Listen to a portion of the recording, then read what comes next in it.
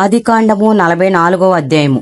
యోసేపు ఆ మనుషుల గోనెలు పట్టినంత ఆహార పదార్థములతో వాటిని నింపి ఎవరి రోకలు వారు గోనెమూతిలో పెట్టుమనియు కనిష్ఠుని గోనెమూతిలో తన వెండిగను అతని ధాన్యపు రోకలను పెట్టుమనియు తన గృహ నిర్వాహకునికి ఆజ్ఞాపింపగా యోసేపు చెప్పిన మాట చొప్పున అతడు చేసెను. తెల్లవారినప్పుడు ఆ మనుషులు తమ గాడిదలతో కూడా పంపివేయబడిరి. వారు ఆ పట్టణము నుండి బయలుదేరి ఎంతో దూరము వెళ్ళక మునుపు యోసేపు తన గృహ నిర్వాహకుని చూచి, నీవు లేచి ఆ మనుషులు వెంటబడి వెళ్లి వారిని కలుసుకొని, మీరు మేలుకు కీడు చేయనేలా దేనితో నా ప్రభు పానము చేయను, దేని వలన అతడు శకునములు చూచునో అది ఇదే కదా, మీరు దీన్ని చేయటం వలన కాని పని చేస్తారని వారితో చెప్పుమనను. అతడు వారిని కలుసుకుని ఆ మాటలు వారితో చెప్పినప్పుడు వారు మా ప్రభు ఇట్లు మాటనాడనేలా ఇట్టి పని చేయటాన్ని దాసులకు దూరమవును గాక. ఇదిగో మా గోనెల మూతలలో మాకు దొరికిన రోకలను కనాను దేశంలో నుండి తిరిగి తీసుకుని వచ్చితిమి.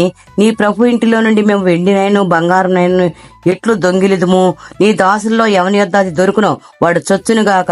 మరియు మేము మా ప్రభునకు దాసులముగా ఉందమని అతనితో అనిరి. అందుకు అతడు, మంచిది, మీరు చెప్పినట్టే కానీయుడి.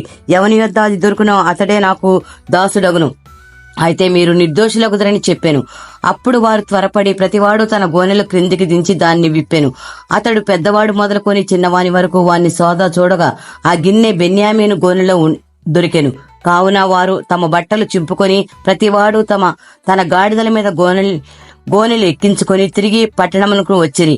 అప్పుడు యోదాయును అతని సహోదరులను యోసేపు ఇంటికి వచ్చిరి. అతడింకా అక్కడనే ఉండిన గనుక వారు అతని ఎదుట నేలను సాగిలపడిరి. అప్పుడు యోసేపు, మీరు చేసిన ఈ పని ఏమిటి?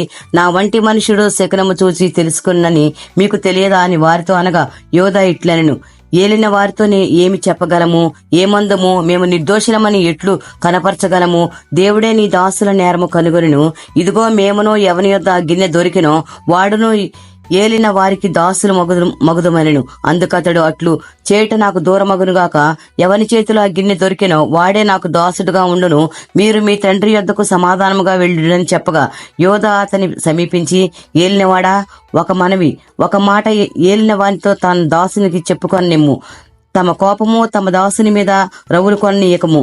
తమరు ఫరో అంత వారు కదా, ఏలినవాడు మీకు తండ్రి అయినను సహోదరుడైన ఉన్నాడా అని తమ దాసుని అడిగాను. అందుకు మేము, మాకు ముసలివాడైన తండ్రియు అతని ముసలితనంలో పుట్టిన ఒక చిన్నవాడును ఉన్నారు. వాని సహోదరుడు చనిపోయాను. వాని తల్లికి వాడొక్కడే మిగిలి ఉన్నాడు. వాని తండ్రి వాణ్ణి ప్రేమించున్నాడని చెప్పితిమి. అప్పుడు తమరు, నేను అతని చూచుటకు అతని నా యొద్దకు తీసుకుని రండిని తన దాసులతో చెప్పితిరి. అందుకు మేము, ఆ చిన్నవాడు తన తండ్రిని విడవలేడు.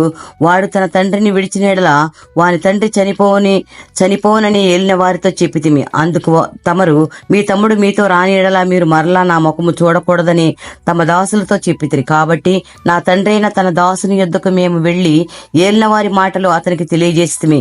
మా తండ్రి, మీరు తిరిగి వెళ్లి మా కొరకు కొంచెం ఆహారం కొనుక్కొని రండని చెప్పినప్పుడు మేము అక్కడికి వెళ్లలేము. మా తమ్ముడు మాతో కూడా ఉండినేడలా వెళ్ళుదుము. మా తమ్ముడు మాతో ఉంటేనే గాని ఆ మనిషిని ముఖము చూడలేమని చెప్పి. అందుకు తమ దాసుడైన నా తండ్రి, నా భార్య నాకిద్దరిని కనినని మీరెరుగుదురు. వారిలో ఒకడు నా యుద్ధ నుండి వెళ్లిపోయిను. అతడు నిశ్చయముగా దుష్ట మృగముల చేత చేల్చబడినని కొంటిని. అప్పటి నుండి అతడు నాకు కనబడలేదు.